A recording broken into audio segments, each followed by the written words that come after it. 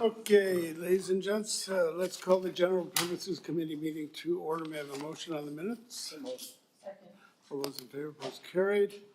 So we'll start off today's meeting with a presentation from the Gateway Theatre. We'll call for Barbara Tomasic and Jane Fernyhough, if you could come forward and present your observations.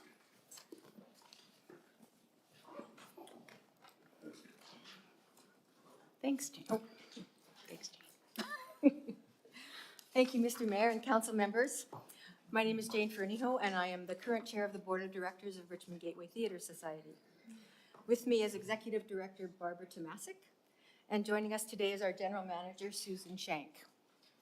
There we go. First of all, I'd like to take a moment to thank my fellow volunteers on the board for all their work and to recognize those who are outgoing. I'd also like to acknowledge the work of all the Gateway staff and our volunteers. Gateway has a large number of supporters from across the community, but first among them is you, the City of Richmond. Since 1984, 40 years ago, the city has demonstrated a commitment to arts and culture by investing in Gateway. We very much appreciate that commitment and also the support around planning the upcoming upgrade to our theatrical equipment, much of which is original to the Gateway Theatre building. And now I'll pass it over to Barbara to tell you about the past year at the Gateway. Thank you, Jane, and thank you, Council, for the opportunity to speak with you today. This year was not only a celebration of our past, but one of new growth for Gateway. After a few years of learning about our ever-changing landscape, a change in leadership, and new programming, we are proud to be shining brightly in our community. In February 2024, we rang in Lunar New Year with a sold-out performance of the storytelling series, The Flame, where performers shared their stories of new beginnings. On Family Day, we presented a children's show in collaboration with the Richmond Children's Festival. Our Studio B show in April was a beautiful multidisciplinary show, Jade Circle, created by Jasmine Chen, where she told the story of her relearning of Mandarin, her mother tongue. And during the show, we held a community dinner in our upstairs lobby that was catered by a local chef whose name is Big Chef, where guests shared their own stories about their relationship to their families and language. Our last season final show on the main stage was Sherlock Holmes Baskerville by Ken Ludwig. It was a comedic adaptation, and it was a huge hit with audiences. It included surtitles in both traditional and simplified Chinese characters. Our 24-25 season opened in July with a Pride storytelling event and continued with a celebration of the Mid-Autumn Festival in September with a sold-out concert under the moon in Minaroo Park in the Lakes District. For Culture Days, we hosted a storytelling showcase of community storytellers. It was wonderful to provide the opportunity for our community members to perform their true stories for our audience. And our holiday musical this year was Oliver, and you'll see the picture up there. It was loved by all, I think, and very well attended. This wonderful production received Ovation Awards for Best Director, Set Design, 3 actors, as well as being nominated for Best Production. Oh, here we go. There we go. Gateway is committed to community outreach. Every year we work with Success, a not-for-profit group that supports new Canadians in their transition to Canada. Students take a theatre tour, they read the play that is currently in production, and many of these students have become volunteers for the Gateway Theatre. We've also created an amazing collaborative relationship with the Brighouse branch of the Public Library. During Oliver, we had 70 library patrons attend a workshop to hear from actors and our costume designer about the backstage workings around the show. And we're so grateful for their support. Our academy delivered more than 562 hours of education to over 250 students. We also had one of our academy members in Oliver this year, which is an incredible opportunity for growth for these students. Every year, Richmond secondary schools come to Gateway to see a show, participate in a tour, a talkback with staff, and a theatre class. And again, this year, many of our students became volunteers at Gateway Theatre. Our community rentals program is thriving. Highlights of last year included music in our schools with the school district, the Richmond Youth Concert Band, and many of our local dance schools, community organizations, and orchestra programs. We are so proud to be able to celebrate our community on our stages and create partnerships for the future. To build our future audiences, we are continuing to offer opportunities for younger ticket buyers and families to purchase discounted tickets at Gateway. Our ticket prices are quite low, but we're really encouraging new foundational audiences, and we're doing this through our Pay What You Will preview, where patrons can come and pay what they can for a ticket, as well as 2-for-1 Thursdays, sorry. That's the movies, we're the live theater. This year, we also offered a 40% off flash sale to celebrate our 40th birthday, and we're seeing great success in these opportunities, especially around new ticket buyers. Due to a generous legacy donation, we did complete our last fiscal in June with a small surplus where we were predicting a planned deficit. As Jane mentioned, our building requires upgrades to our technical systems, many of which are from our original building. City staff worked with Gateway to prepare and submit a Canada Cultural Spaces Fund grant, where we hope to be able to fund up to 40% of the project cost. We are currently working with city staff on a strategy to cover the costs of the full project, and thank you to the city staff for supporting us in this. Susan Shank, who is with us here today, began as our general manager last February, and we are so thankful for her presence and experience. We have a few upcoming events. We just closed a very, thank you. What would I do without Jane Fernieho? We just closed a successful run of Otosan, which is a kids show in Studio B. This show signals our future of programming theater for young audiences as part of our season. We hope to see you this Saturday, March 8th, for our 40th anniversary Ruby Reflections Gala. And our final show of the season is a co-production of the classic Pride and Prejudice. Plans are in place for our 25-26 season, where we will continue to explore our new works, holiday musicals, and wonderful community celebrations. I will now pass it back to Jane. So this year, we also embarked on the development of a 3-year strategic plan. Building on the work we did just before the pandemic hit, which helped us navigate the pandemic, as well as experimenting with new and exciting models of our artistic program offerings, the strategic plan will create a framework for board and staff to address the changing landscape of performing arts in our community and create new foundational audiences. It will guide our artistic vision, as well as the work we do with our academy and community partners. This will be rolled out in the fall to Gateway members and the community. Thank you again for your time today and for your support both of Gateway Theatre, for believing that arts and culture contribute to a healthy community. We're happy to entertain any questions. Yes. All right. Well, thank you for your report. Why don't you just take one moment and talk about the gala this weekend? I'd love to. This year, the Gateway Theatre was founded on September 29th, 1984. That was the opening day. And so this weekend we are having a gala Saturday night.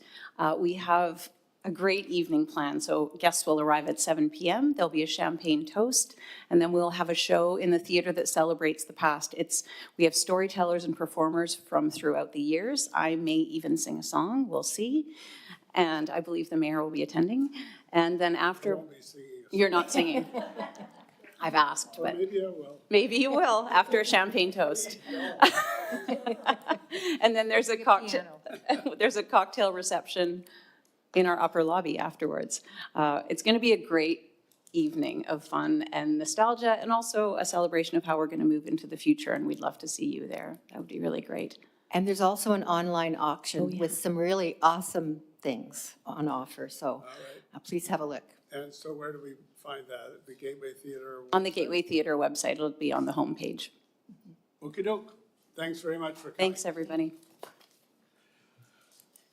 Let's go to item number 2, the new liquor primary license for Spark Karaoke.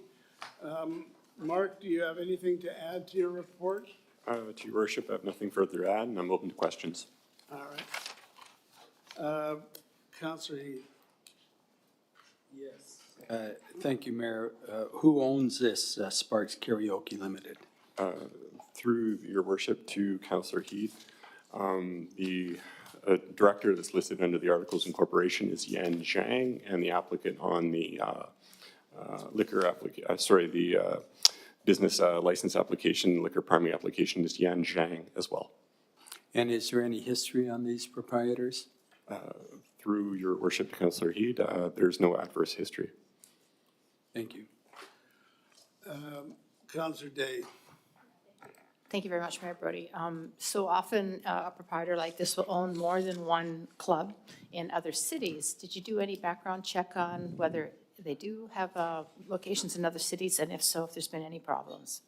Through your worship to Councillor Day, I was only able to find this specific business associated with the owner, but I understand there was a Spark, I believe karaoke in Burnaby as well. And I'm not familiar if there's any problems in Burnaby with that organization. Okay, good, thank you. Someone want to move it? Okay, moved and seconded. Further comments? All those in favor? Any opposed? That is carried. Thank you.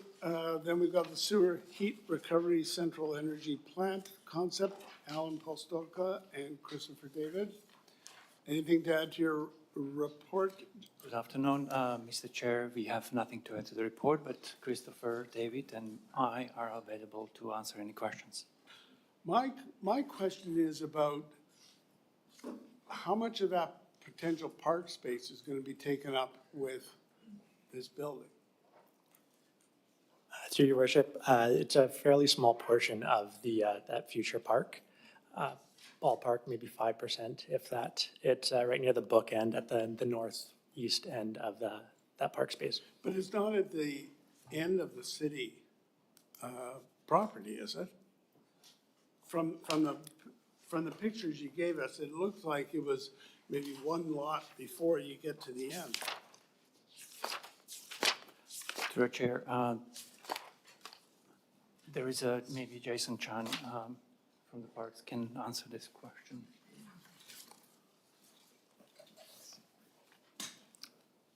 To your worship, as you can see on GP 34, on the diagram, the facility proposed is it's proposed to sit on the empty gravel parking lot of 7500 River Road. You're correct. This is part of the future park for the Lulu Island Park, and this property would bookend the north edge of the park. It doesn't, if you look on page 37, the top photograph, or the top artist's depiction, it looks like there's more park to the north side of that. To your worship, the diagram or the artist rendering that you see on page 37 shows more open spaces, but you're correct. To the north, the park doesn't go as far as beyond this facility. So the rendering should be corrected in the sense that the north, all the property should remain. From the facility proposed down to the south, that would be the future park. All right, could you have the artist's Absolutely, concept amended before council next week? for sure. Thank you. Councillor Hobbs. Thank you, and through the chair, appreciate the report. Just a couple quick questions. I mean, it's intended to provide 70% of the requirement, energy requirement for that site. I was curious if you could just comment on when it's fully built out, what would the connections be or the potential be to connect to other city energy districts? What would be required to expand that, I guess, or would there be a connectivity to it? And also just a couple other questions. Is there any potential for that? Through your worship to Councillor Hobbs, the plant itself is located in the Oval Village area. However, it is planned to interconnect to other neighborhood sections within the city center area, such as the Aberdeen neighborhood and portions of the Capstan neighborhood as well. Yeah, so I can see how that would be clearly significant when you look at what that potential is to be built out to 54 million square feet or something. And just a question about existing facilities of this kind. I remember in Vancouver, there was one built by the south end of the Cambie Bridge for the Olympics.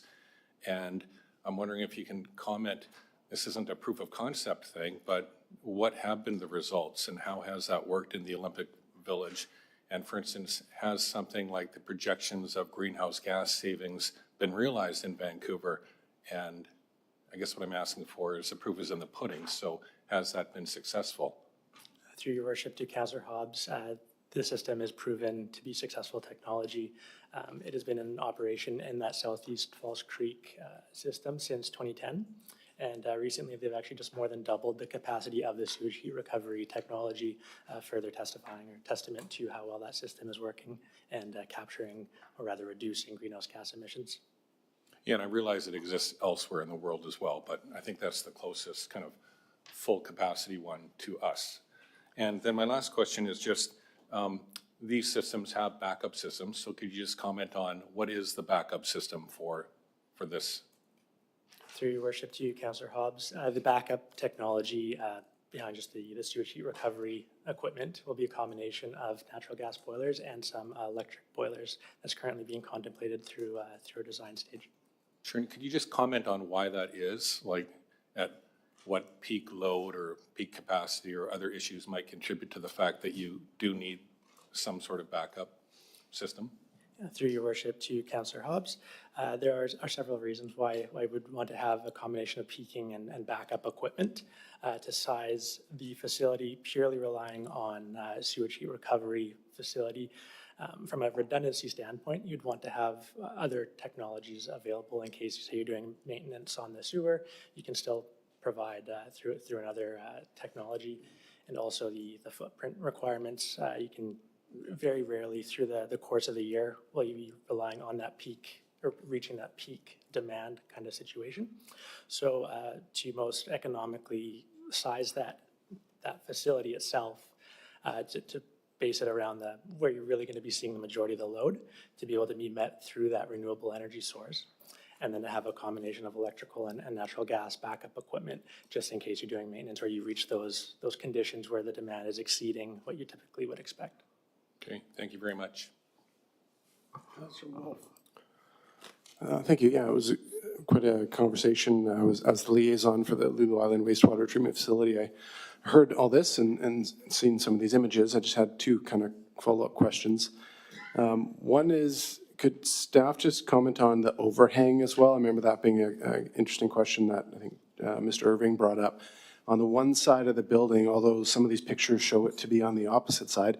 So I think it's on the River Parkway side, the rounded side of the building will have an overhang to allow for kind of public use space. Could you, one of you maybe comment how much overhang was that again? Yeah, through your worship to Councillor Wolf. So on the face or the side of the plant facing River Parkway, there's approximately 3.5 to 4 meters overhang of the roof, which could serve as a bit of a kind of gathering location. And then on the side of the facility that's facing River Parkway, it's about 3 meters overhang on that second floor roof. So what's currently shown in attachment 3 on page GP 37, that's just a conceptual rendering for what it could look like when the future park integrates with the facility. And then that could also be a potential gathering space as well. Okay, thank you. So that actually clarified it. So the building is squared on the riverside, but the overhang could still be rounded, as that image shows. Through your worship to Councillor Wolf, yes, that top portion of the roof is fully rounded. Gotcha, thank you. And then my last question is about the highlights. In the report, it mentions that it's a publicly accessible green roof and also a publicly accessible washroom, which will prevent us from needing a whole separate building and such for that. Do you know about the hours of those? Is that like standard, the daytime 9 to 5 of the operation, or is that, or do both of those, the access to the roof and the washroom, go until dusk type of thing? Is that what we're expecting? Through your worship to you, Councillor Wolf, we would realistically be looking, actually, I would maybe hand this over to Alan to confirm, but. Through the chair to Councillor Wolf, the operation of any facilities that will support the park and residents will be aligned with the operation of the park. Great, that's all, thanks. Thank you very much. I see on page 33 that there's 6.2 million coming from Clean BC and 20 million from Metro Vancouver. Are those funding sources stable?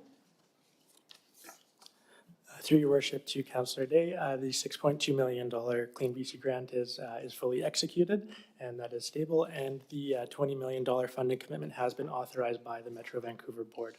Okay, good, because we hear always about these overruns.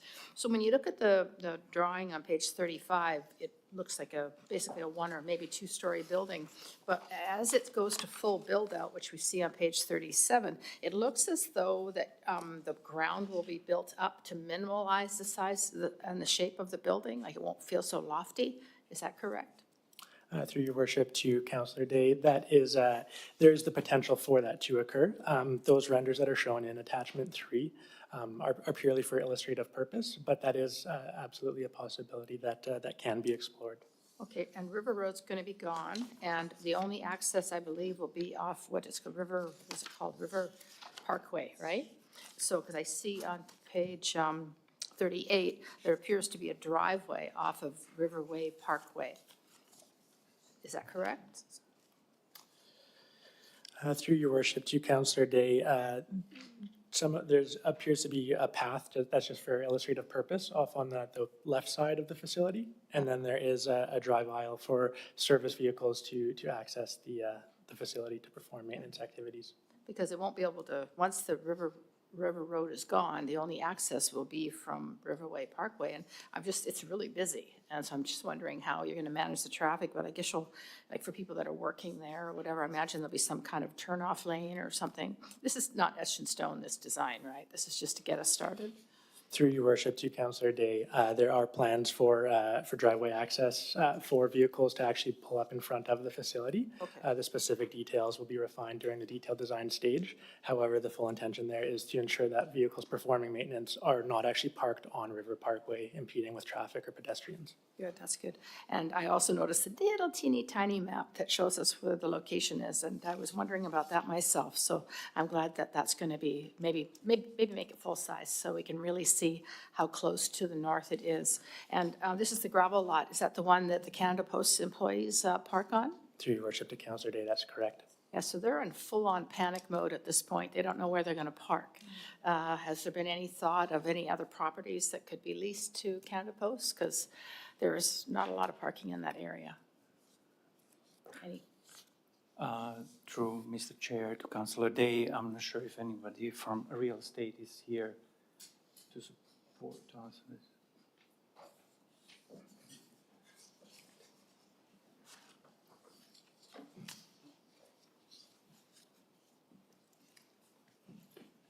Through your worship to Councillor Day, we have provided adequate notice to Canada Post. We're aware they're looking.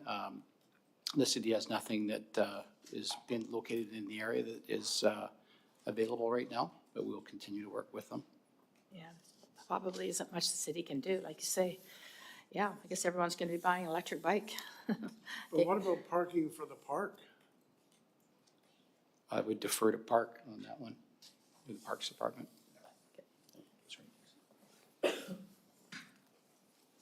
To your worship, parking for the park as well as all the other elements such as pathways, other amenities, etc., would be further illustrated and consult with the public and council during the upcoming park master plan process. Staff is getting ready to report to council on that. Okay. Thank you. Okay. What, are there alternatives to using this valuable park space for this building? Mr. Chair, staff have reviewed various locations throughout the city, and it is tied to Gilbert Trunk sewer main, and it has been identified and approved by council in 2023 as a most viable location for the energy plant. There is a limited amount of the land available anywhere around. All right, well, I'm looking forward to having more information on, the siting of that plan and how much land it's going to be taking up. Because it certainly it sounds different than I'm seeing in these artist concepts. Okay? All right, may I have a motion? Moved and seconded, all those in favor, opposed, carried. Thank you, gents. Okay, then we get to the homelessness strategy. Chris Duggan.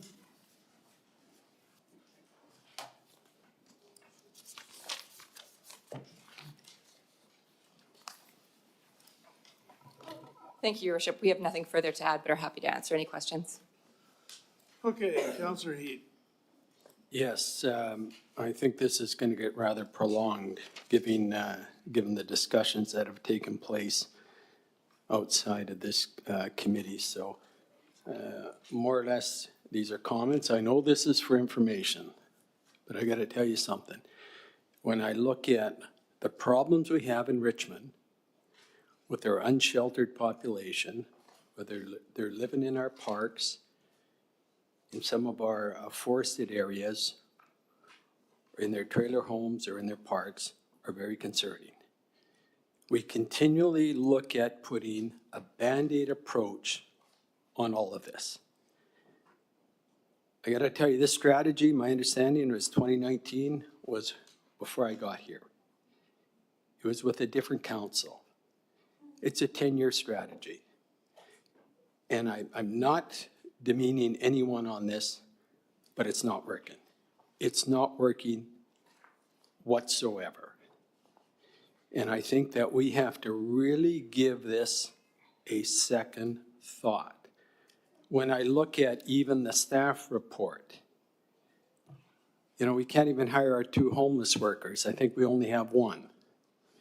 We haven't hired our 4 bylaw officers yet to deal with this problem. The integrated system, and I know Councillor Day may have some stats that she'll share later, we get better stats from some of our nonprofits that are operating here. I understand the training's going on for us to do our homeless count today. We've got that coming up and going forward. We got a real problem over here. We got a real problem over at the supportive housing. We got a real problem everywhere we look in Richmond. And if we think we have a good homeless strategy, give our heads a friggin' shake. It's not working. We all get the emails. We all get people telling us there are problems here. There are problems here. So, Mayor, I got to tell you, I think we have to rework our entire homeless strategy, given with a contemporary council that may have a different line of thinking than the previous council with respect to this. And if we truly want to be here for all of Richmond, including our unsheltered population, people that are on the lower rung of the socioeconomic ladder, we need to have a strategy that works. We know the provincial government is not doing what they should do by legislation. We know we have limited support from the federal government. But boy, we're the ones that are wearing this. We're the ones that are closest to the people on the street. We're the ones responsible to the taxpayers here in Richmond. So I am not going to sit here and support a strategy which, in my humble opinion, I know, and even based on some of the data, it's not working. Can you elaborate on just why and how it's not working? Just look at There you go. Just look at the ongoing problems we have. Just look at the ongoing complaints we get. Look at, and I'd be interested to see what our numbers are going forward. We try and, you know, have shelters for people. We've got all this. When you talk to people, and I was just talking to someone with respect to the mobile homes that were parked up near Vanguard Way and all that, they're dispersed all over Richmond now. You know, it's endless numbers of people that are complaining. So really, if we think we're doing a great job, like I say, give our heads a shake because it's not working and we have to re-engineer what we are going to do to deal with our homeless problems we have here in Richmond. Well, the motion that is recommended is simply to receive the update for information. If you want to add more to that, that we direct staff in various ways or whatever you want, we can add that to it. Well, you know, and I appreciate that. And I'm going to let our colleagues speak on this because they may have additional viewpoints with respect to this. And if we have to make a motion, if we have to go forward, I'm hoping that we do it by including everyone in our discussion on what we should be doing. We should be including the stakeholders, which include the nonprofits, coastal health, provincial government, all of these people, not just trying to do this with our own staff. Well, doesn't the strategy include outreach and working with stakeholders and as the result of consultation with the various parties who are involved? To your worship, the strategy was developed in collaboration with a range of individuals in the community, including people with lived experience, the service providers that were in place at the time. To acknowledge Councillor Heed's comment, this was developed pre-COVID and so did reflect a different environment in that time. And we are continuing to work collaboratively with other members of the community through the integrated outreach team, through the homelessness outreach network, and through the homelessness table to ensure that our efforts are working together and not at opposition to each other. So if we wanted further measures put in place, it would take a referral to staff to consult with the various stakeholders, parties, to see what needs to be added to the strategy or changed in the strategy, something like that? To your worship, yes, if council desired that, staff could be directed to undertake it. All right. Councillor McNulty. Yeah, thanks very much. First of all, thank you very much for the documentation that you've given us. It's appreciated and an opportunity for us to look at it. I don't have a question, but I do want to make a comment. I want to follow up on Councillor Heed's comments. I guess the one question was, what are our successes? Do we have any successes? And I don't believe we have. We've got issues coming up, and we need to get into the mud, as I call it, and get down in gravel with us, because we haven't got any people off the street. Okay, we have issues. We haven't a road to recovery. There's no road to recovery in this. It's great for homelessness. We talk about homelessness. There's different types of homelessness. Whether you're referring to the person sleeping in the car at South Arm overnight, that's a homelessness, but he's not on substance abuse. We haven't dealt with substance abuse. We need to have a recovery that gives a hope and a direction strategy and a pathway for success. For those that know, some of our people, a capacity for integration where they can have remission, for example, in second stage housing, or lower barrier options. There's nothing in here on that. We're only looking at providing a home. As Councillor Heed was leading, we need to find out what they need and want. And I do have a referral, Your Worship, where you're to bring all groups together, including clients from across the street, to a meeting. I'm waiting for an answer back on that. We have to come up with direction to go with housing and bringing all parties together. The Pathways model, for example, is somewhat successful, and there's coordination between ongoing people. But we need to go the extra mile. We cannot wait for other levels of government to deal with it. We've got to do something ourselves, and we need to rehone our help. We have some people, for example, and let's take Elmbridge. What are we going to do for the 4 or 5 people in those rooms that don't want to be there with the other 20 that are using? Do they have a place to go, a pathway to go, to get out of that? One of the things that is if people are around people that are using, it's sort of like the old day when somebody was smoking and you had a factory to pass it on to them and they pick up and they start smoking. Well, it's quite easy to use when you're around people who are using, and I think we haven't tackled that. And I think we're afraid to do that. And I think the government's afraid to do that, but I think we have to do that. We have to offer a lifeline to these people and offer hope to them and a direction on it. And that's missing from the strategy, Your Worship, in my opinion. And I could go on and on. The community health is not helping.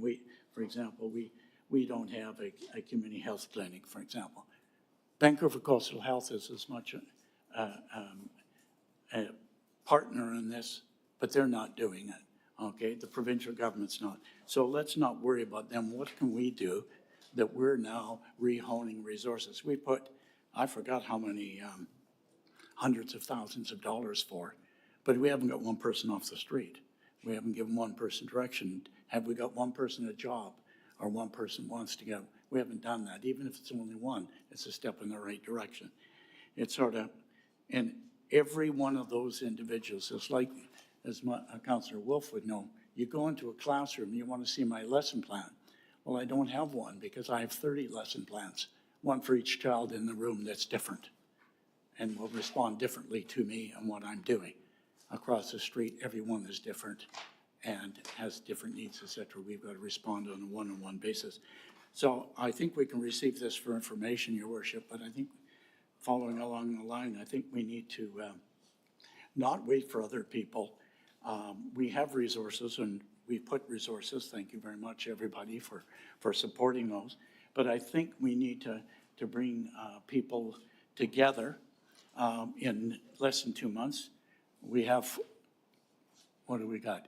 80 individuals we got to find a home for, because we said we'd find a home for them. Where are we going to put them? What are we going to do? We don't have a solution. It's not in a report. Okay, that's coming. And having given this a lot of thought and consulting with a lot of people and actually going over and seeing the people that are dealing with these issues, and I think we have to do that. I've changed a different point of view. We can't do it from paper. We've got to do it from practicality and reasonability. So with that, Your Worship, I think we can reason, but I think we need to get the folks together as the referral requested months ago now. That meeting should have taken place to come up with a strategy. There are successes, you know. Turning Point has some successes. Pathways has some successes. What are they doing that we're not doing to at least learn from that? I don't say we do exactly mimic them, but let's learn and let's try to move forward, because this issue is not going to go away. It's only going to get exacerbated. So with that, I'll pass to my colleagues, Your Worship. So I'd like to see after a referral we'll get to it. that meeting take place as soon as Well, possible. what referral were you referring to? I mean, you talked about. I made a referral at a meeting here where I suggested that, I don't know, maybe we didn't write it down again in the minutes, but I said, let's get all groups together, including clients, including the health department, including the province, including the feds, et cetera, to discuss this issue. All right, well, that's what we're talking about now. Okay? Do you want to comment on successes? To Your Worship, we do feel that there have been successes within the sector and the work that we've been doing directly with individuals experiencing homelessness through the temporary winter shelters. We've had, on average, about 35 individuals inside overnight since early November who would otherwise have been outside or sheltering in vehicles. The integrated outreach team, which is comprised of representation from the City Ministry of Social Development and Poverty Reduction's community integration specialists, Vancouver Coastal Health, the operators of the drop-in center and the temporary winter shelters, did have great success in housing a number of individuals over the period of time between May and December. Just trying to find the number here. During that period, 77 people did exit from unsheltered homelessness in Richmond, including 51 who moved into housing or supportive housing, 51%, 19% who entered treatment or detox, and 10% who left Richmond or reunified with friends and family. And by December of 2024, 51% of the individuals involved with the team did have an identified housing plan that they were working towards. So there has been some progress made as far as getting individuals housed. Our outreach team, between the time when the first individual started in April of 2024, had contact with 289 unique individuals and had a caseload of 81 by the end of the year, who the outreach team was actively working with in a case management capacity. And so there are some wins here, I believe, and definitely lots more work to do. Councillor Day. Yeah, thank you very much. So I had a couple of questions about, in particular, the Brig House Pavilion. Is that going to be it? Or is there like another stage that can go to? Because it feels like people get stuck in like the treadmill and they're not moving to the next level. So what happens? How do you graduate out of that? Through your worship to Councillor Day, there is an element of independent agency in this for individuals, and we do know that some individuals are not yet in a place to seek housing or move towards that within their own personal life and their goals. With regards to transitioning from a drop-in program into ultimately, treatment, housing, recovery, detox, there are a number of resources available to people, and some individuals are choosing not to act on those. Where people are interested and looking for integrated case support, where they're looking for an outreach worker or a clinician through Vancouver Coastal Health to support them to develop that plan and then implement that plan in their own personal life, there are individuals available to support them with that. And we continue as an outreach team and as a community to offer that support, but not everyone takes us up on that. Okay, somebody is over in the park. They finally had enough and they say, I'm ready to go to detox. Can they? Is there any place to send them? Through your worship to Councillor Day, there are detox programs in other communities. We don't have a detox program here in Richmond. And so staff on site would make every effort to access that person a detox bed as soon as that was reasonably available. But they do have to leave Richmond to do that. How would they get there? I mean, like one of the things that I've heard is that people, for instance, I met with a resident over at Alderbridge and they want to move on. They're ready to move on, but there's nowhere to go to. So they're stuck there. And like there needs to be graduated housing. Like let's consider the supportive housing grade 1. How do they get to grade 2 and 3 and 4 and 5? They all want to move on, but if there isn't motivation or opportunity, then they are stuck. What do you think of that? Through your worship to Councillor Day, there is clearly a challenge with the housing continuum with regards to individuals transitioning through various stages of independent housing. Those are not contemplated within the homelessness strategy. Those would be housing-related goals and activities that would come under our affordable housing strategy. So outside the scope of this particular report to build out that housing continuum for individuals who are ready for the next stage. Well, to me, they should be married together. These are issues that need to be connected far better than they are. If the left hand's doing this and the right hand's doing that, how do we move forward with a plan? I also met with a doctor who works in one of the clinics, and this doctor has worked with people with drug addiction and mental health issues. And what I heard loud and clear is that we need a, what's it called? I just lost it. Laura, help me.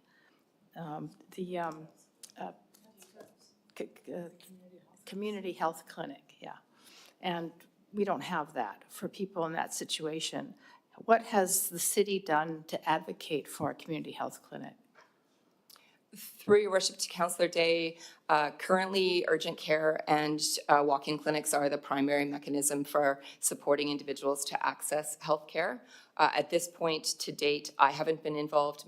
Ms. Somerville may be able to comment on any other advocacy with regards to alternate health facilities in Richmond.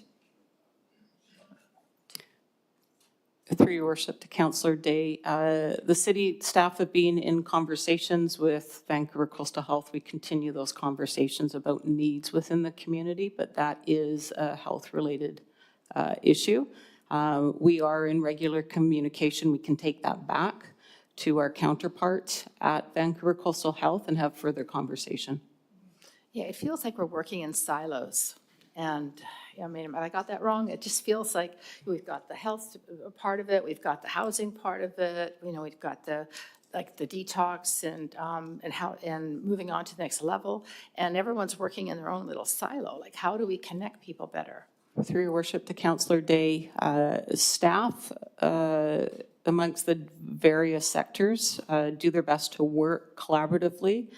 Homelessness is a very complex issue, and there are many kind of integration kind of touch points that we try to address. But often there's different mandates, there's different levels of responsibility. So, you know, again, I think part of the challenge too is that homelessness crosses a number of different ministerial responsibilities as well, and that makes it challenging as well because the responsibility does fall to the province as well. So we have expressed that before, but it, you know, it crosses so many different areas. At the civic level, I would say that, you know, we work with our counterparts within the community to address the challenges in Richmond and to bring in the Ministry of Social Development and Poverty Reduction to assist, but there is further work to do in this area. Do you get the feeling that these provinces stepping up? Because, I mean, what if we shut down, you know, Brick House Pavilion tomorrow? What would they do? Would they have a plan B? Through your work to Councillor Day, I think there's further work for many partners to do, and we need to work collaboratively towards addressing this issue. Well, it's been a lot of years, and I guess I would have hoped for better by now. One of the reasons that I couldn't support the 90-unit Sexsmith project was because to put 90 vulnerable people in one place is, from what I hear from other people in the community that are working with homeless and people that are transitioning, that is too many. It feels like warehousing. And what we need is smaller, more community-connected housing. And when I spoke to the doctor said it'd be better if people were better integrated into multiple places, like in affordable housing units and whatnot. Because when you put all those people together, as Councillor McNulty pointed out, we understand that 5 of the 40 at Alderbridge are sober, would love to move on, but they're stuck. And that's where it's just not good enough to warehouse people. And so I think we need to send a message loud and clear to the province that they have to step up and provide housing for people who've graduated out of supportive housing and are ready for the next step. Okay, it sounds like you want a change in the model as well. Yes, That's exactly. the bottom line. Okay, we need to move on. Councillor Hobbs. Thanks, and through the chair. First of all, thank you for the report and the update and the work that's being done on the strategies and the actions. This is a 10-year plan, and it's a very, as you've described, complicated problem. I think just reflecting back to 2009 in Vancouver, standing on a street corner talking about ending homelessness by 2015, didn't happen. And that was not for a lack of trying or a lack of money or a lack of staff time or a lack of housing providers putting in their time and effort. It's a very complicated thing, and the thing with Richmond is it's also a challenge that's very hard, as you've described again in the report and sitting here, to do on your own. Richmond has limited resources, limited budget, limited time, and it's quite frankly a Metro Vancouver and provincial issue, and quite frankly national and beyond that. So just want to ask a couple questions. With the strategies and the 32 actions and the 5 strategies, and you kind of commented on it, but when I read, I can pick out of this report things that are probably going better than others. And I'd like you to comment on maybe the 1 or maybe 2 strategies where we have made progress, because I don't want to leave people with the impression that no progress has been made. Through your worship to Councillor Hobbs, one of the things that Richmond has faced in this community is we have a very wide range of individuals doing support to people experiencing homelessness. We have food security programs. We have a range of outreach from faith-based organizations, government-funded organizations, and now our own city outreach team. Bringing those people together so that we are working in collaboration and in partnership with each other avoiding duplication of service, having common language and common things that we're monitoring and collecting information on has been a key growth point for the city and the community in 2024. We are continuing to look at the language and terminology that we use, the data and metrics that we collect. And every organization is collecting data on different things. There are different touch points. So in some ways, it can be very difficult to compare one organization's data set to another organization's data set unless we're defining homelessness in the same way. And so I spoke with Mr. Freiberg this afternoon, and one of the things that we've both agreed is important to bring up at one of our upcoming outreach worker network meetings is the definitions that people are using for the metrics that they're collecting, so that we are able to tell a community picture as opposed to an organizational picture. Okay, just a couple more questions through the chair. The provincial funding that we received for the pandemic funding, $3.3 something million, that's all been spent as of the spring of last year, I believe. So can you comment on the conversations that are happening or the strategies that people are talking about? Because we talked about silos, and that does sound true when you listen to people. What's happening from the provincial level? This is their jurisdiction primarily. It's where a large amount of the funding could come from. What's happening with the province in terms of providing funding to Richmond and also other cities so that they can do the kind of things on the ground where the rubber meets the road to help people in need? The funding that the city received through the Union of BC Municipalities Strengthening Community Services Grant was a specific COVID response funding stream. When that funding stream ended, it was not replaced with anything else at the provincial level to continue or address any of the programs that had been initiated during that period. Yeah, so I'll see what other people have to say, but communicating with the province and the feds actually about the fact that the pandemic was one thing, but the issues haven't gone away. And when you look at the economic challenges, the issue of tariffs and things that are about to happen possibly, but even economic forecasts, it's not getting better. It's probably going to stay the same or get worse. So the need is still there. It wasn't just connected to the pandemic. So just one other question, I think, and I'll wrap it up, is how would you describe, and it relates to the point that Councillor Day made, the issue of silos, that's a real issue, and the report talks about communication and different partners coming to the table. And how would you describe the level of integration and the greater need for integration, because what happens in Burnaby, Vancouver influences Richmond and so on. So we do need to have that greater kind of macro approach on the integration when it comes to resources and funding from the province. So can you just comment on that? Is it happening in your mind? Through your worship to Councillor Hobbs, the Metro Vancouver Social Issues Subcommittee has spent a lot of time sharing information with regards to homelessness initiatives across all of our municipalities. As far as coordinated action, we have just finished off the information sharing phase of that, and coordinated action is something that I believe would be beneficial. We've been meeting with the City of Vancouver to discuss the initiatives that are taking place in Vancouver and areas where we could align or work together in greater partnership to address the needs of individuals who are unsheltered. Okay, one last comment. The 10-year plan, I mean, 10 years is a long time for a plan, long time for a strat plan. So I think it would be prudent for us to have a look at it and maybe revisit some of the points and some of the strategies and some of the actions. And I'll look forward to seeing what other people have to say about that. But I wouldn't object to having a revisit of it just to fine tune it. Because a lot of plans are 3 years or 5 years, and this is 10. Thank you very much for all the work. Thank you, Your Worship. And yeah, good comments around the table from everybody. Thank you for the report and for the update. And, you know, it's really not an easy job.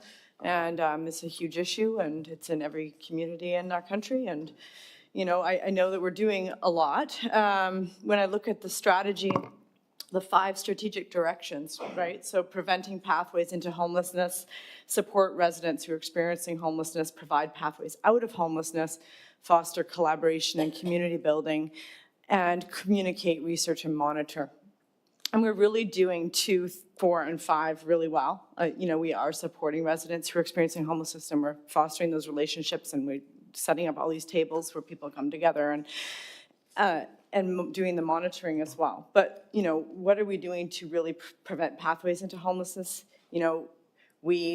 And this isn't you, this is what this council has done over years with lack of affordable housing, with our arterial road policy, tearing down homes that are rented, not ensuring that there's adequate affordable rentals for those people to move into. This has been a long time coming with the housing boom that the whole country experienced with condos and replacing homes that people live in.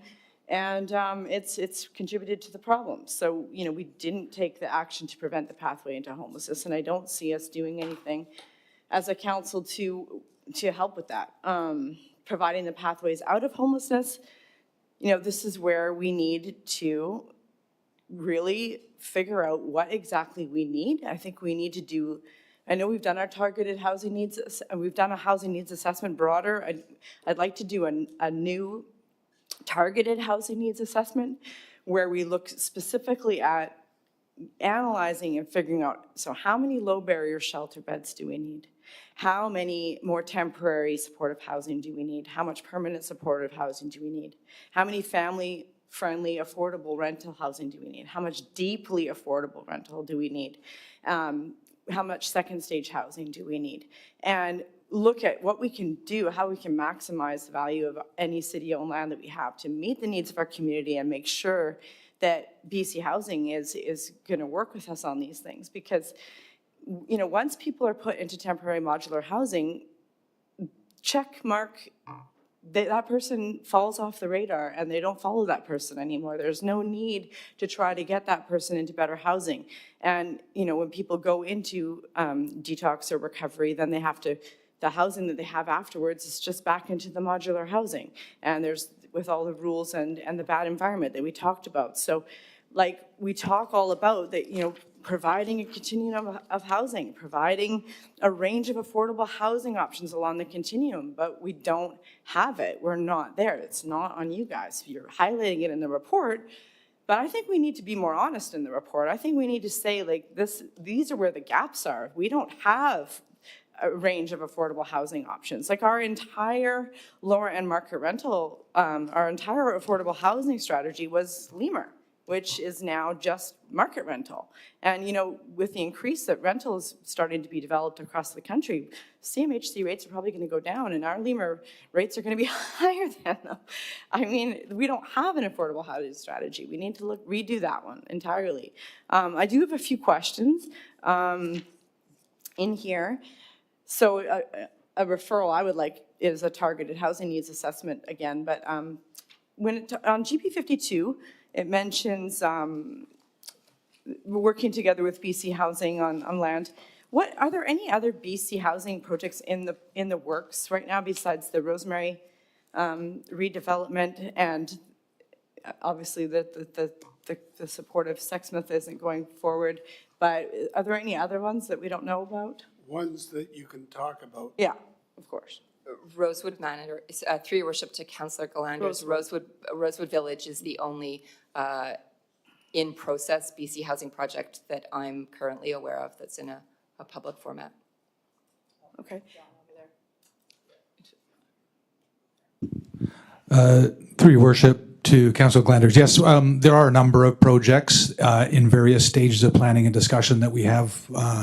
We are working with the BC Housing, and as noted in the previous report on Sexsmith, there is the site immediately north there with the city-owned lands. That's probably the most advanced one, and we're hoping to come back to council on that particular project in the coming months. Okay. And then, so Turning Point is on GP 53. Turning Point is the designated entity responsible for administering Reaching Home's funding. Are they working on anything with that funding right now that we know about? Through your worship to Councillor Galanders, currently Turning Point and the Reaching Home staff from Turning Point, who are different from the drop-in staff, are part of the integrated outreach team. They provide facilitation and connection to landlords.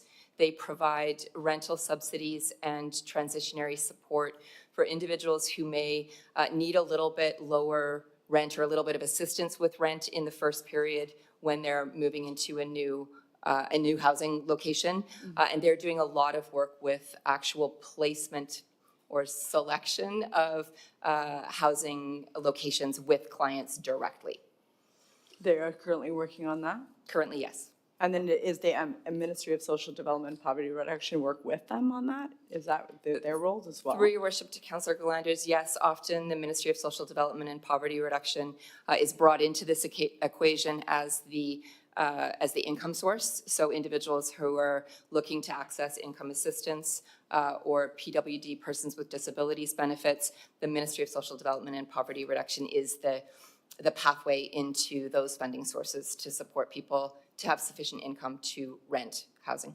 Okay, just like one more question. On GP 58, the homelessness-related groups. So we've got the three tables, the three groups that meet, and some of the same people are at each meeting, at each table. How often do they each meet? Like the Richmond Integrated Outreach Team versus the Homelessness Outreach Worker Network. The only difference between those two is the ministry outreach teams are not in the other one because of the privacy and consent practices in place. How often do those two meet? The Richmond Integrated Outreach Team is meeting every 3 weeks currently, and that group is managing essentially a coordinated by names list of clients who have provided consent to have their particular situation and goals discussed at that table to ensure that the group collectively can work as efficiently as possible to support those individuals to access service. Mm-hmm. The Homelessness Outreach Worker Network is an information and resource sharing table that is not focused on individual case management, and that group is currently meeting on a monthly basis with various guest speakers and information sharing amongst the outreach parties. Is it sustainable, all three of the tables? Like, does everyone show up every time? Like the Ministry of Social, like, do they have time to go to each one? Through your worship to Councillor Galanders, we brought together the Outreach Worker Network initially just before the summer. I believe it was May or June of last year.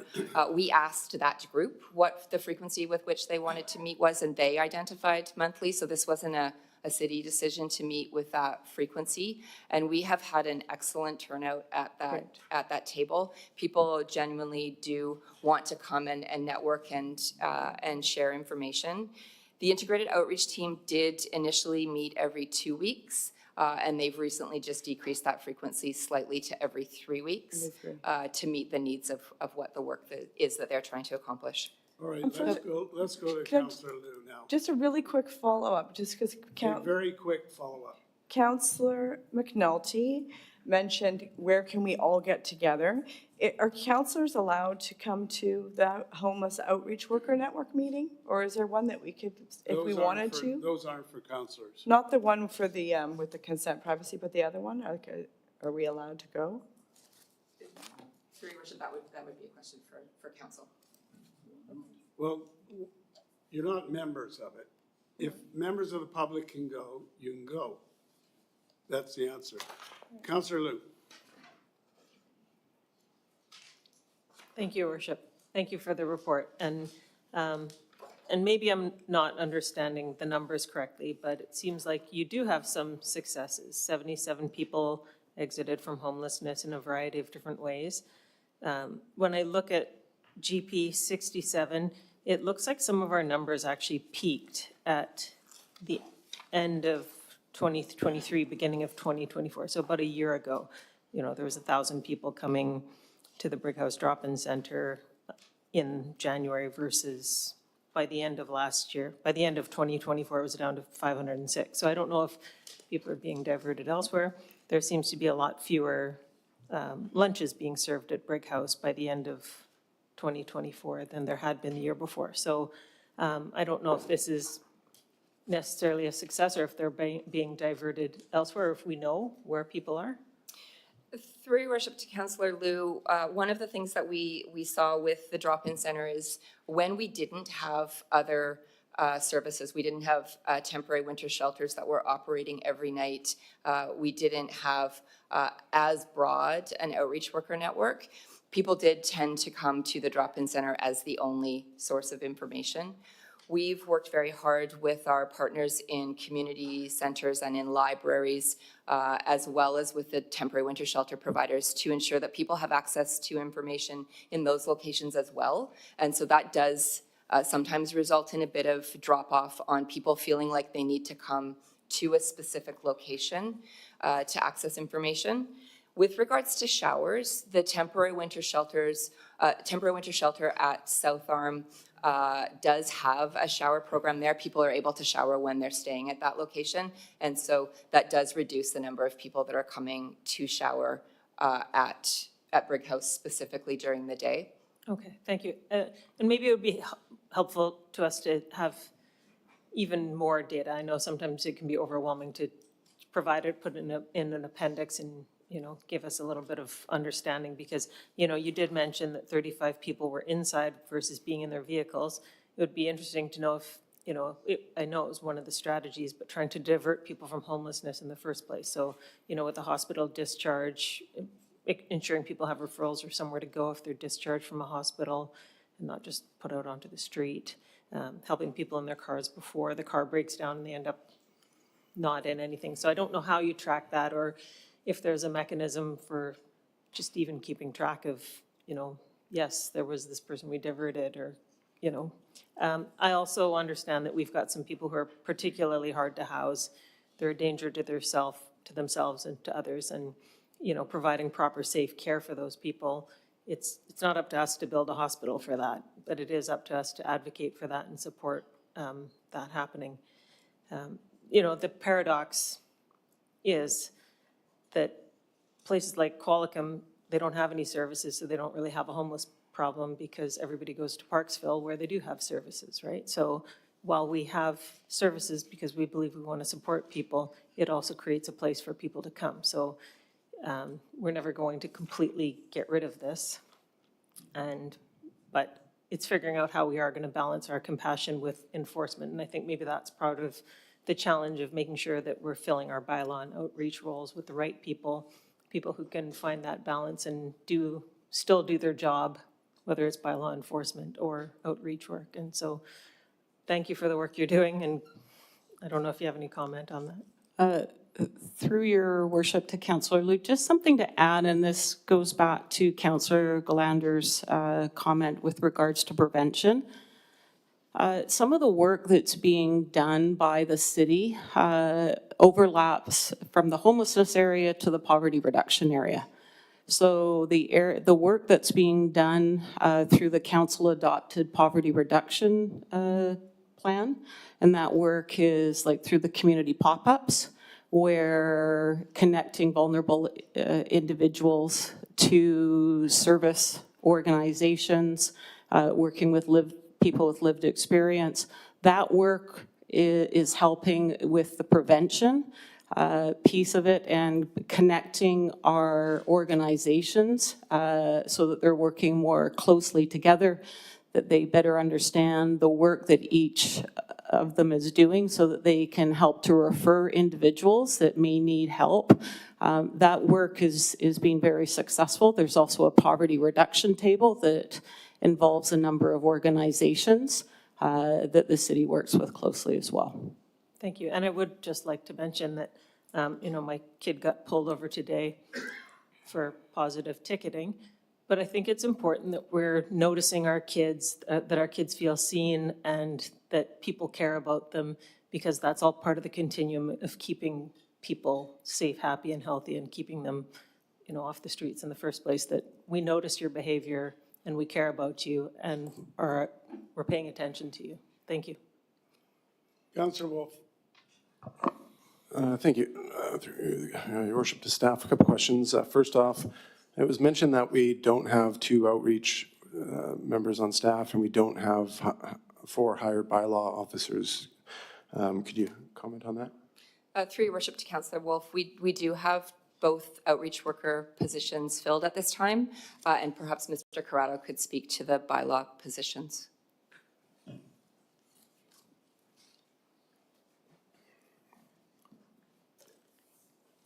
Through your worship, to Councillor Wolf, currently we have 3 of the 4 bylaw positions hired, and the interviews wrap up for the 4th tomorrow.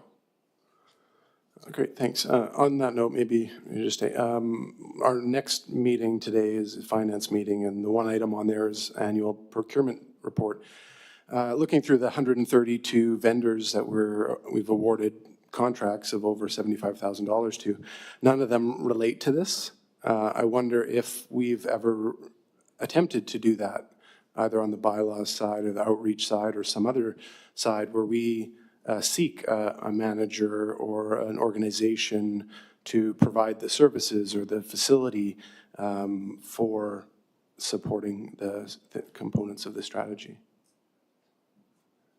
Through your worship to Councillor Wolf, we currently do have contracted relationships with the operators of our drop-in center and with the temporary winter shelter at Brick House Pavilion and other RFP processes that have been in process, but not as far as contracting staffing positions. That's not something that has been currently contemplated.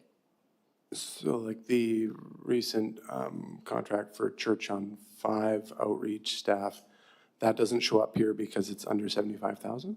Through your worship to Councillor Wolf, that's a grant. Right. And so likely not captured through a procurement process. It's a grant award.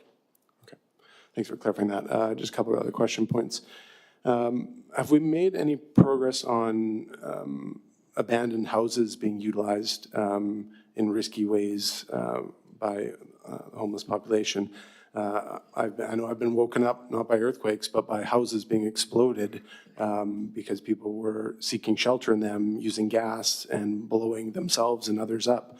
Have we made any progress on maybe Richmond Fire Rescue being involved in identifying some of these places that get continually used? I know many that have been boarded up for well over 10 years, and the boards are always being replaced because people are going in there. The whole length of the driveway is full of stuff that's come from somewhere else.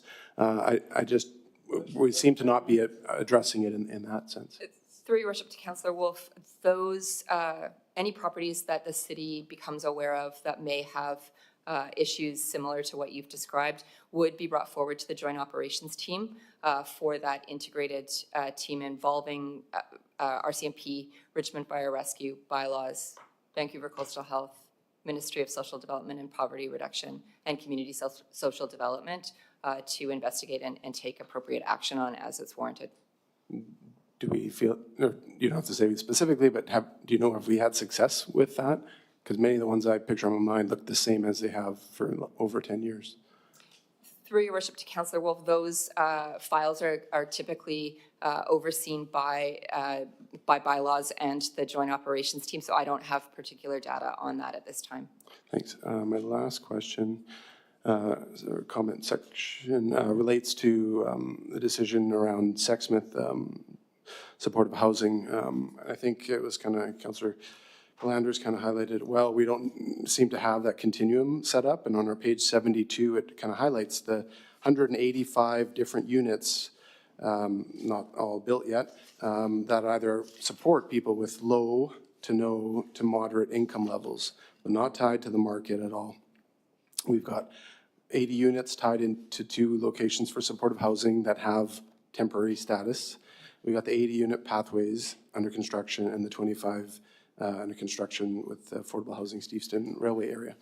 But I think that's maybe where we need to see the continuum, like what do we have, what's missing, what's temporary, what's not, because clearly if we don't have the map in front of us to cancel a project like Sexsmith and say that it will become none of these types of things, that's like making a decision without having any future decisions or any next steps going forward.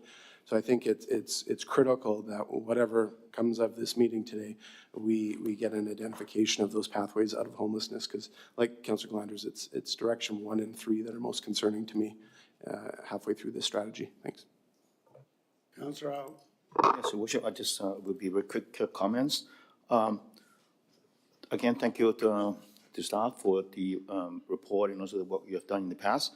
And I think it's unfair to say that the strategy is not working. I think staff mentioned that it will make some progress, and some of this progress are measurable. But I also agree with comments made by Councillor Day that, perhaps, we should monitor and measure success in a better way.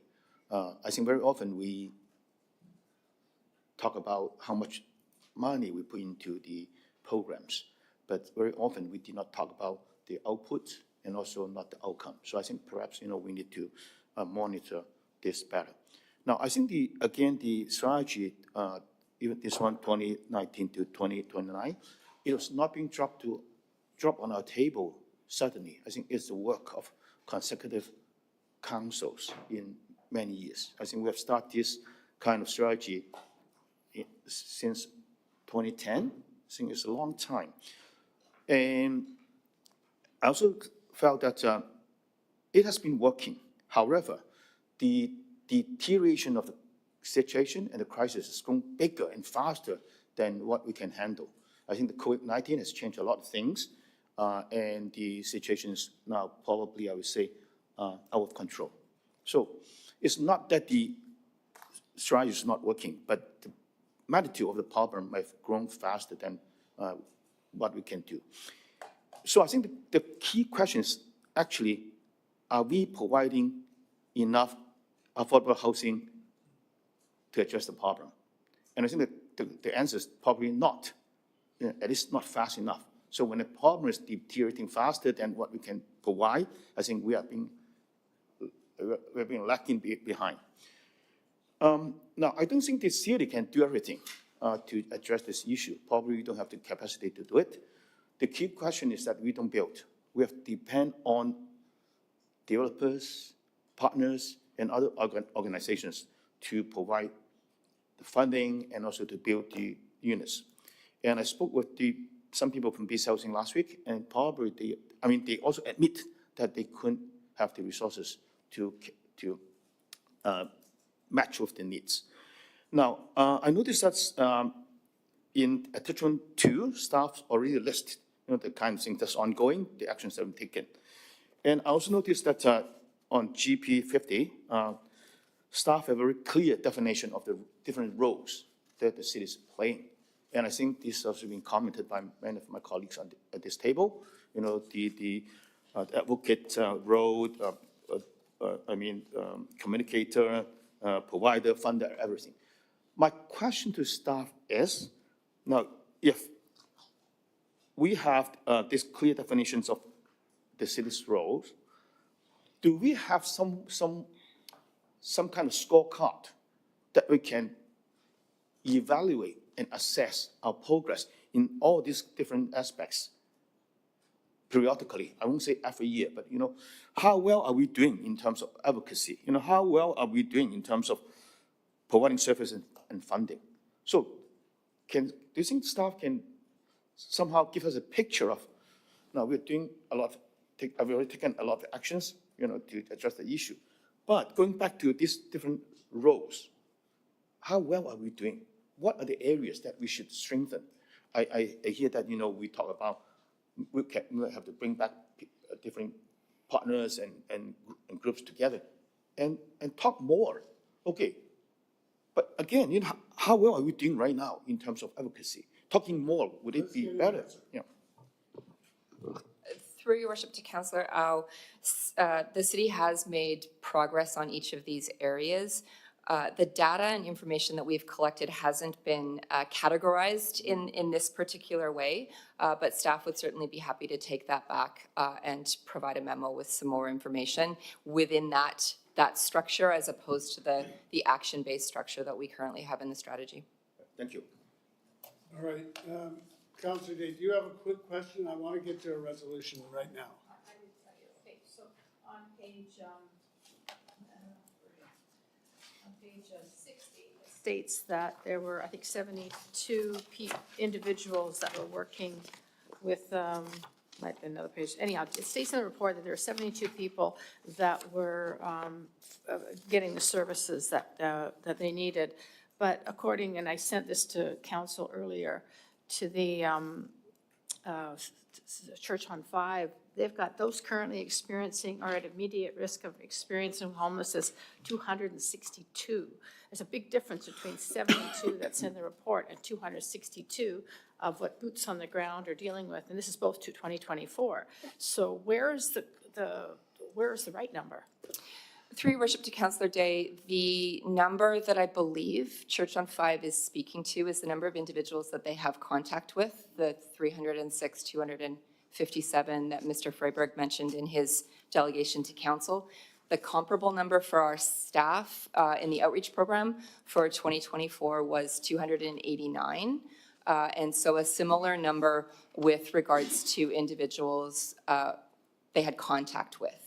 The other number that I think is a comparable where we've got consistent data sets that we could say that the two numbers align are with regards to the number of people that our outreach workers have on their caseload and are actively working with, which currently there are 78 active files that the outreach workers have. I believe that number is comparable to the 49 individuals that Mr. Freiberg indicated were receiving wraparound services from the overnight outreach program. One of the challenges that we have is that not everyone describes and defines things in exactly the same way. So those are the two most comparable analogies I can provide right now, the 257 and the 289 contacts, and the 78 and the 49 with actual case management and wraparound services and support being provided.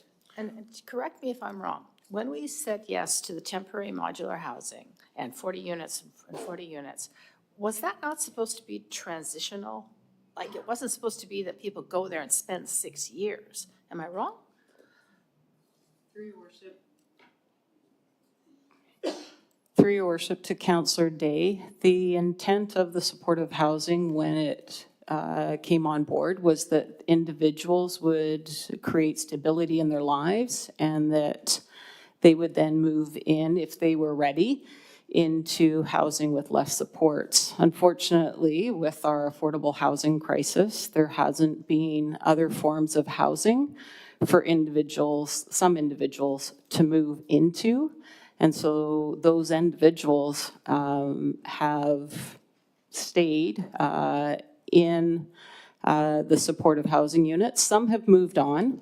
The other challenges is that sometimes there's individuals with more complex needs. So they need more time within supportive housing to stabilize. And is it safe to say that if there was some place to go to, that many of those they would progress? They need motivation. Through your worship to Councillor Day, the intent is, yes, that if there is other forms of housing, that individuals that were in supportive housing would move along the continuum to allow other individuals to access supportive housing. So one of the examples would be the Pathways development as that is brought on board, that hopefully that will create some movement along the continuum in Richmond. Yeah, so like with the Please wrap it up. Steveston and Railway, that housing is the next level up, right? Like, there's no drugs allowed at Steveston and Railway. If anybody relapses, they got to go out, get fixed up again, and then they can come back. Is that the kind of model that we need to move to? That's for women and women with children. Yes, but the model is drug-free. And the model is that those people have already gone through rehab. They've already got, if we were to, for instance, create housing for people that is next stage, is that something that, I mean, I think that that's something that could potentially work well with the supportive housing.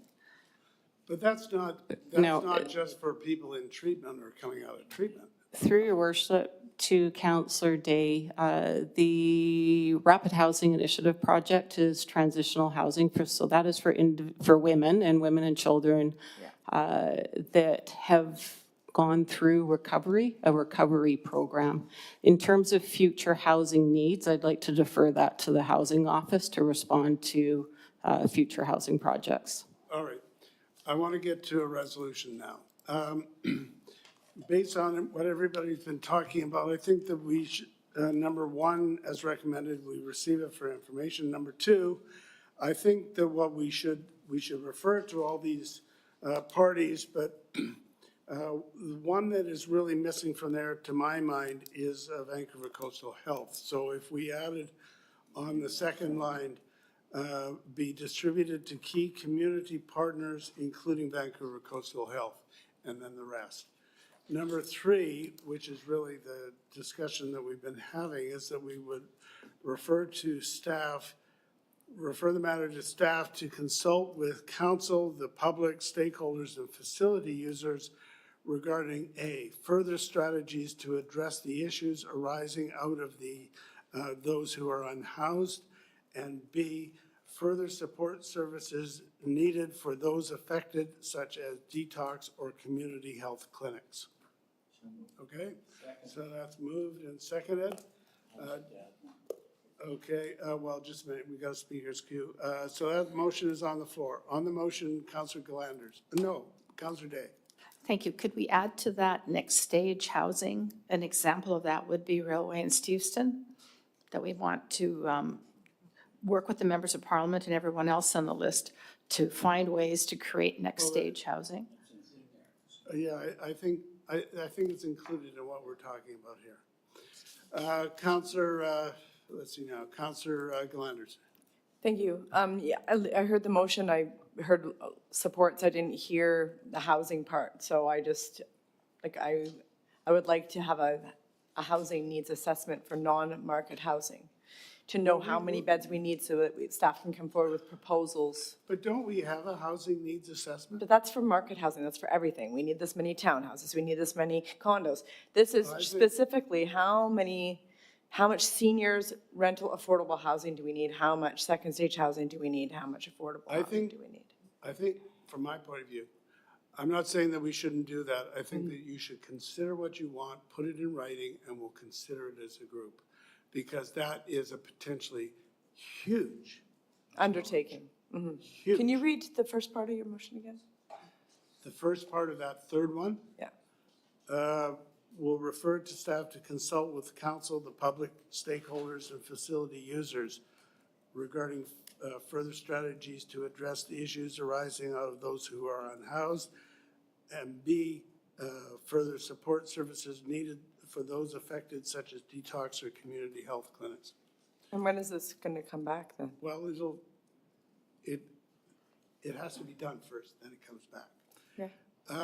Councilor, Yeah, just quickly, I'd like to add one. I don't know if it's on this one or I'd make a separate motion. But the city or council, through you, your worship, write a letter to Richmond Coastal Health requesting the establishment of a community health facility or clinic with primary care in Richmond. so isn't that part? Well, it means we can get a letter off tomorrow, to be quite frank with you. And that's why I'm saying to put it down in writing. We don't have one in Richmond. We're the only community in Lower Mainland without one, and we need to request Vancouver Coastal Health to have the primary care. As part of this referral, is looking at further support services needed, such as that. As such I'm as saying we detox. need it and we do it ourselves. Let's Okay, not then wait why are for we it. asking staff to comment on it if we're saying we know what? I'm not asking staff to comment on it. Yes, I'm that's trying- the referral. Can I have, then I'll put it on after we pass the referral and give direction. I'll do it as a direction Well, then after why, that. then amend the thing. Well, I I'm mean, if moving you- amendment then. If you don't want us to look at further support services needed, such as community health clinics, that's what you're With saying. primary care. Yeah. Well, all right, if it's in there, then that's It's fine. in there. All right. We're looking at. I want us to look at, not just look at, no, I want the establishment of it, not look at it. Well, let's find out that we need it first. Oh, Then every we can doctor in decide. Richmond says that, we do, that I've spoken to. Councillor Heat. Yeah, Mayor, I like what you're proposing here. And remember, we wrote them on secure care for the people that have significant mental health issues and acute drug addiction. We have yet to hear about it. So it's almost the same thing. And I think the community care part of it is one piece of the puzzle. And the Mayor, I like what you're putting together because it's all, or looking at the other pieces of the puzzle. But I just want to point out, and I think, I'll just throw this out here. We call it a homeless housing strategy 2019 to 2029. And I understand that, and this is by no means critical of you, and I think Ms. Duggan made a point here. This is 2019, this is 6 years ago. And so I think we also need to look at updating the date of this strategy. And, 10-year strategy, and I got to agree, is a long time. So I'm thinking if we can somehow rename or reimagine the strategy from 2025 to whatever, I think that would be ideal. And Mayor, the advocacy to the provincial government is going to be important.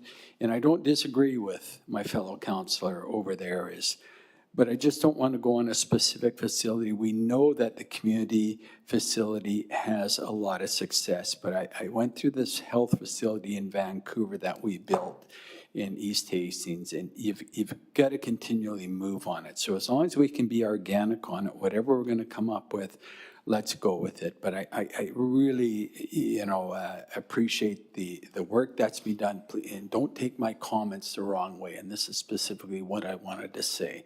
It's changing times. We need to come up with the changing times, because what we have now is an ongoing problem with our homelessness. So, Mayor, I think that's a good motion, and certainly I would be supporting it. And I would think that the end result of it would be an updated new strategy. So you'd have new dates on there and probably a new name, frankly. We can think of a better name than we have. All right, well, let's call the question. All those in favor? Any opposed? That's carried. Okay, thank you, staff. Next item is Bill 16, a request to extend the deadline. John Hopkins, are you there? Do you want to add anything to your report? Nothing further to add. Someone want to move it, or do you? Moved and seconded. Any discussion on that? All those in favor? Any opposed? That's carried. Thank John. That brings us to Councillor Heed. Do you want to introduce your thoughts on this referral motion? Just a minute. I'll turn your mic on. There you go. And I certainly appreciate the fact that I didn't have this in on time, and I think that's important that I read it for everyone's edification. In just the background, and then I'll put the motion on the floor. Openness and transparency are fundamental to a well-functioning democracy. While council is obligated to conduct certain city business in camera as dictated by the community charter, it is good practice to publicly disclose the minutes of those discussions and decisions once they are no longer confidential. For an issue to be discussed in closed council meeting, it must satisfy at least one of the criteria outlined in Section 90 of the Community Charter. These criteria include topics such as labor relations, personnel issues, land sales, litigation, negotiations, and similar matters. The Charter also mandates that prior to any closed meeting, a resolution must be publicly endorsed declaring that the meeting will be closed and detailing the reasons for public exclusion for each topic in accordance with Section 90. Although a process exists for addressing matters within closed meetings, there is no established procedure for routinely bringing items back into the public domain, as council has the discretion to present recommendations and reports at open meetings. Additionally, public requests for the release of closed meeting documents can be submitted under the Freedom of Information Protection of Privacy Act, though this is not a standard practice. Due to the lack of systematic approach to review previously adopted closed recommendation and reports, issues addressed in closed meetings frequently remain undisclosed, even if their original justification for confidentiality is no longer valid. Currently, we only have practice public disclosure of closed resolutions in limited circumstances, such as for annual appointments to various external organizations and advisory bodies. To align with the public's demand for enhanced transparency in government and to foster accountability and accessibility, council should consider adopting a policy for the routine release of closed resolutions when the need for confidentiality has lapsed. So the motion I'm putting forward is this matter be referred to the city solicitor to examine and report back to council within 3 months on the feasibility to publicly release all in-camera minutes on the city's website as soon as practicable, and once a decision or discussion is no longer required to be secured as confident. Now, just before we go to the motion, my question is this. We have the policies that have been circulated that say that resolutions and/or reports considered at closed council meetings will be made routinely available to the public once the requirement for confidentiality has passed. So my question of you is, we probably all agree that when it's not closed, it should be out in the open. I would think all we need to do, because the policy exists, all we need to do is to give specific direction to staff to say, okay, quarterly or some other time, but probably quarterly, we would like a report saying, these are the resolutions, often the reports, but at least the resolutions that are no longer to be enclosed and they can be released to the public. Couldn't we do it that way? You know, whatever council's wishes, but what I'm looking more so, Mayor, is that it becomes a standard operating procedure that once this is no longer confidential, that we're able to release it. So I'm looking for more of a practice where we don't have to keep coming back and we have to say, okay, let's go ahead and do this. I guess I'm looking for the city solicitor to look at releasing those minutes. And I got to tell you, and I know probably some of our colleagues will talk about the fact that our in-camera minutes don't say much at all. And I think we've got to make sure that they're more comprehensive in what is discussed in camera. So when it is actually released, the public can have an understanding of what was discussed and what the vote was. And certainly I think this is something that we should strive for. This is the transparency that public are looking for. And I'm not looking for that highly sensitive information to be released to the public, Mayor. I'm looking for those common things that the public should be aware of it. And I know the public is concerned about it too. For example, in the support of housing, I would love for that discussion in a comprehensive minutes to be released and what the vote was in the discussion we had. So that's what I'm looking for. I'm not looking to just tweak it and it comes back quarterly. I'm looking for a practice where our clerk's office routinely provides this to the public. Well, I would like to go to staff. Maybe Tony can comment on this, but what occurs to me off the top is that the resolution could be a direction to staff to revise the policy, to provide for periodic reports to come back, with this information. And then if it's not adequate in some way, then we can have a debate about it. But let's go to Tony. Your Worship, that is certainly an option for council to essentially capture what Councillor Heed is requesting and do that in the form of a revision to the existing policies and practice. I guess I'd be looking for more routinely versus periodically. Well, I treat them as one and the same. I mean, you're going to set how often it's going to happen, and it's going to be a routine. That's how I see it. Then once we see it, if it's not adequate in some way, rather than trying to predefine it right now, let's take a look at it and have at it. And I guess the only last comment I'll make, Mayor, is I strongly feel that we have to delve more into the minutes to accurately capture the discussion. Well, again, once we see what it looks like, we can address that point. So the motion would be to direct staff, refer to staff with a direction to amend the relevant policies put it that way, to provide for the periodic routine release of the information contemplated by the policy. Okay, so that, you're making that motion, and I'll second that. Okay, I've got, let's see, Councillor Liu. Thank you. Question to staff. How far back do we have minutes available for open meetings? Like on our website, if I look it up, I can't see them for very far On back. the website or in the archives?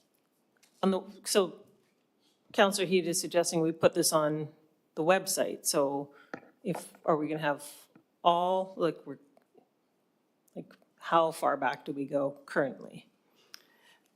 Through the chair to Councillor Liu, I believe the minutes we have uploaded to the website go back to the 1990s, but I would have to just specify the actual time frame.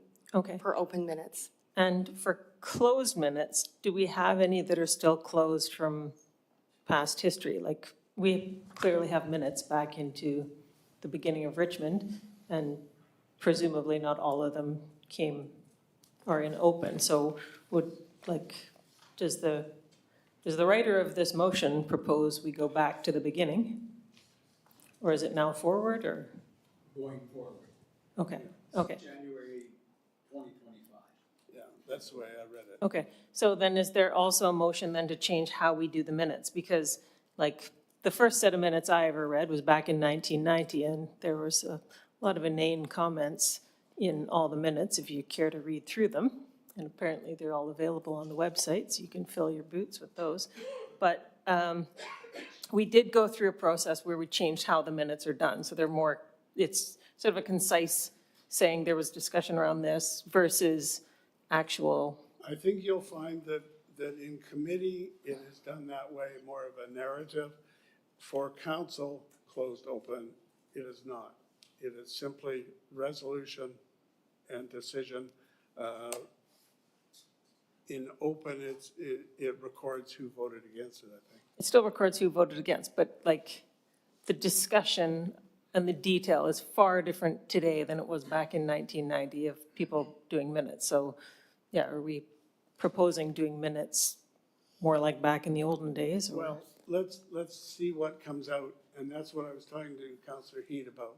We'll take a look to see what it is, and then go from there. Okay.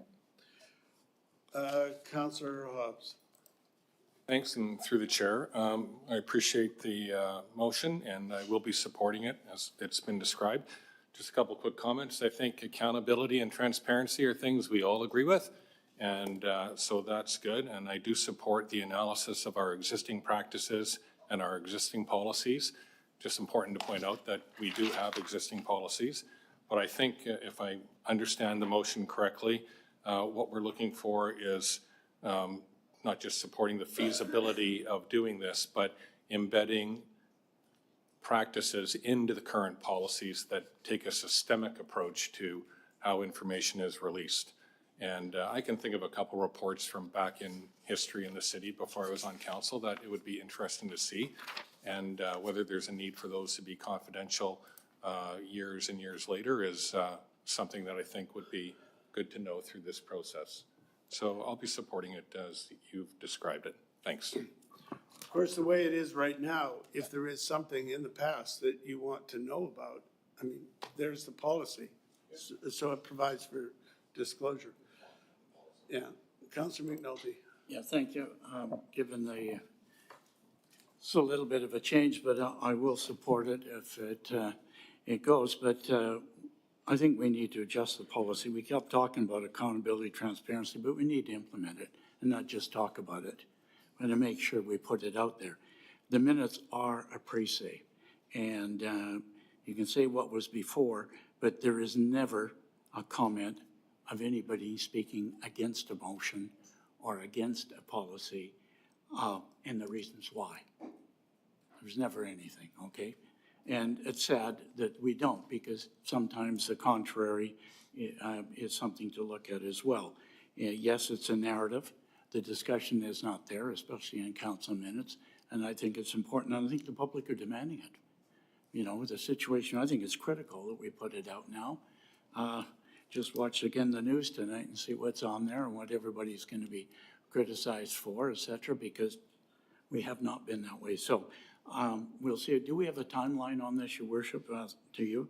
If we're going to adjust a policy or whatever? Is it still the 3 months? Well, 3 months would be more than, Is that adequate? yeah, so that's the direction. Okay, so within 3 months, so It'll come in back. our June meeting, we'll have a chance to Or to before. have a look at, or sooner, and we'll have an issue of the opportunity. I think we need to expand the minutes, especially on issues, on the pros of it and the cons of it, in order to get, it's like the housing report tonight, the pros of some of those things, and I think it was brought up here about what if the con side of it, that would be never put in the minutes, and we forget that idea. Thank you. Councillor Glanders. Thank you. Yeah, I would be supporting the motion. Can you explain the policy that you were referring to, that if there was something the public wanted to know about from a closed meeting that's no longer needed to be confidential, how would those minutes get released? Like something from last year, if we're only going from January forward? Well, let's ask staff that question. I can answer it, but Claudia, do you want to weigh in on that Larry. one? Oh, there we go. I mean, the policy talks about release, so if someone wants to have it released, they would bring it to council and say they want it released, right? Yes, that is correct. And usually the reports that do come forward to close meetings do specify that there is a disclosure, and there is the opportunity for council to also raise a matter as well after the fact, if there hasn't been a recommendation to disclose at that particular time. Okay. Councillor Liu. Thank you, Worship. I think if we're going to do this, we should go back to when this council was formed back in the November of 2022. So we shouldn't be picking an arbitrary date in the middle of our term. We should start at the beginning of our term, and that should be our start Any date. particular reason? Because it's this council voting on it to change the process, obviously, it makes it fair. It opens up everything. Well, the reason I think we should go forward with it is because people will go into the closed meeting knowing different things. Yes, or only move forward. Or only do it as a going forward basis. I don't think we should, if we're going to go back, we have to go back to the beginning of this council, otherwise start tomorrow. Well, that's what I had contemplated. Councillor Heat, did you have some, you did mention January, but you were talking about now. It was going forward, and I believe under the charter, if there's something specific from a closed meeting that you wish it to be disclosed, such as when we've been in term here, you can apply and it can come to council for a decision. Is that correct, Mayor? Yeah, sure. That's my understanding of the policy, if not the charter. Councillor Day. Yeah, I just had a question. In most cases, everything can be released, but there may be the odd case where there's just one name or one word or one, I don't know, maybe one number like that can't be released. Can we black out those so that the report can be released, you know, like just so that we're not holding back on anything because of one word or one number or one name? That would, maybe I could ask Tony, but that would be a matter of individual reflection, wouldn't it? Yes, Your Worship, that would be determined on a case-by-case basis. So if it meant doctoring it up a little so you can release it, then that would be the policy as well? Well, through Your Worship, Councillor Day, we would have to incorporate language to that effect in the policy. Yeah, okay. Because I mean, as the motion is written, it's like when possible, you know, when it's redundant, when blah, blah, blah, then we would release it. But if it's just one name or one word, then, you know, let's release it and just black out that one tiny area, if that's all it is. Of course, I don't want to release documents that are all black marker, you know, but if it's just like a simple thing, then let's have some flexibility. Well, we might be guided by what would be released if there was an FOI request. That's correct. That's one way to get closed stuff, is to get an FOI. Yeah, okay. right, Tony? That's correct, Your Worship. Okay. All right, so call the question on the motion. All those in favor? Any opposed? That's carried. Okay, we are now adjourned, and we have a finance meeting. So give us a second here.